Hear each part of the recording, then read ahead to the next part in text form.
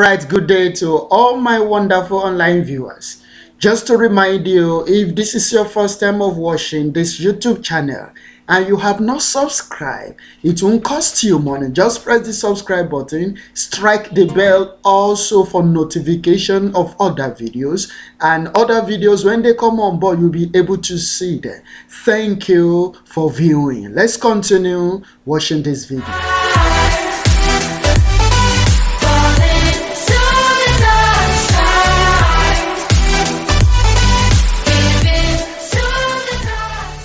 Yeah, what a great day today.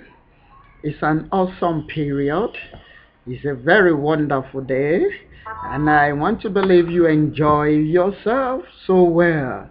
So quickly, in a nutshell, let's not delay any further, but move to what we have to learn today. And what we have, it's an interesting topic. Everybody deals with water. Water pollution. Water pollution. This is caused by the indiscriminate dumping of solid and liquid waste into water bodies. Take for instance, when rain falls and people dump refuse inside gutter, it is bad. It could lead to water pollution because the water from the gutter could eventually lead to stream where people fetch water to drink. Now look at this. The pollutants in water are as follows. Number one, refuse and sewage, industrial and agricultural waste, then crude oil spills. These are very important pollutants that are found in water. Refuse. These are solid waste materials. Refuse, take note, are solid waste materials. Examples include dead swept from house, office, and hospitals. Banana peel, orange peel, pineapple peel, those are refuse. Now, sewage. Sewage are liquid waste. Examples of sewage are urine, feces, soapy water after bathing. They are all called sewage. Now let's move on. Industrial and agricultural waste. Some of these materials are harmful and non-biodegradable. Non-biodegradable is that they cannot be broken down. Even when you keep them for a while, they are not broken down naturally.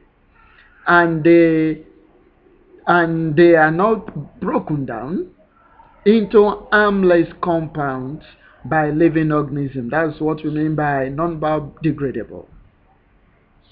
Now, industrial and agricultural waste continue. They remain in water, can harm the aquatic life.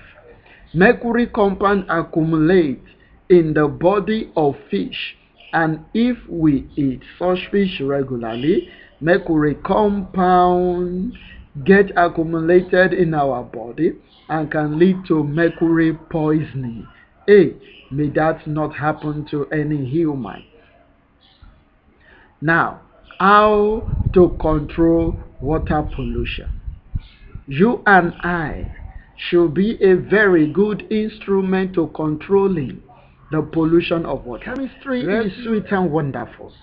We shall be considering a vital topic under water solubility and suspension. That is how you could control, how I could control water pollution. Let's go on to see what it is. How to control water pollution. Chemicals should be converted to harmless, biodegradable substances before being dumped into the sea so that it will not affect aquatic life. Safety measures must be implemented to prevent crude oil spills. Government should put laws in place so as to control water pollution. Another one is the composition of water. It was in 1881. Were you born that time? That's very funny. That Priestley observed that the explosion of hydrogen and oxygen gas yield water vapor. Now let's see the full page. Cavendish later established the ratio of hydrogen to oxygen to be 2 to 1. Now, what does this one mean? Priestley was the one that was able to discover that water contains hydrogen and oxygen. If they ask you in exam, you should be able to mention that. If you have any question at all, just subscribe. Just go to the comment page, put the question. I'll be very happy to give response to it. Cavendish was the one that established the ratio of water to be 2 to 1, that is hydrogen 2 and oxygen 1. Let's move on. Physical properties of water. Water molecules are linked by hydrogen bonding. Although hydrogen bondings are weak forces, their abundance in water makes it difficult for water to boil and ice to melt, because there are many. The hydrogen bonding is many in water, so it makes it difficult for water to boil and ice to melt. Physical properties of water continues. Hydrogen bonding, that is responsible for the high tension in water.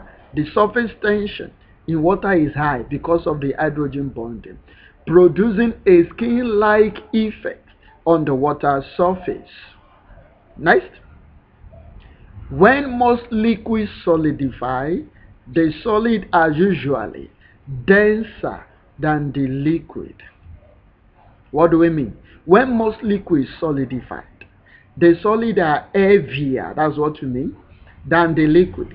For instance, if you have solid oil, it is heavier than the liquid oil. Oil that has congealed will stay at the base of the container, while the oil that is still liquid enough will stay at the top. Do you understand that? Now, but in case of water, the reverse is the case. You will see ice floating on water. Water that has solidified now, that is ice, is floating on water because the molecules are held together by hydrogen bonding to form an open lattice structure. Let's continue. The molecule of the liquid structure are crowded in the liquid water. That is why ice is less dense than water. Take note of that. Since ice floats on water, ponds and lakes, the water does not freeze completely during winter. If it freezes at the top, under it is still pure liquid, and that is why living things can still exist in a frozen water, because only the surface will be frozen, while underneath is still pure liquid. Hey, don't hesitate to subscribe. Don't hesitate to go to the comment side and put your question. I will always be ready to provide answers to them.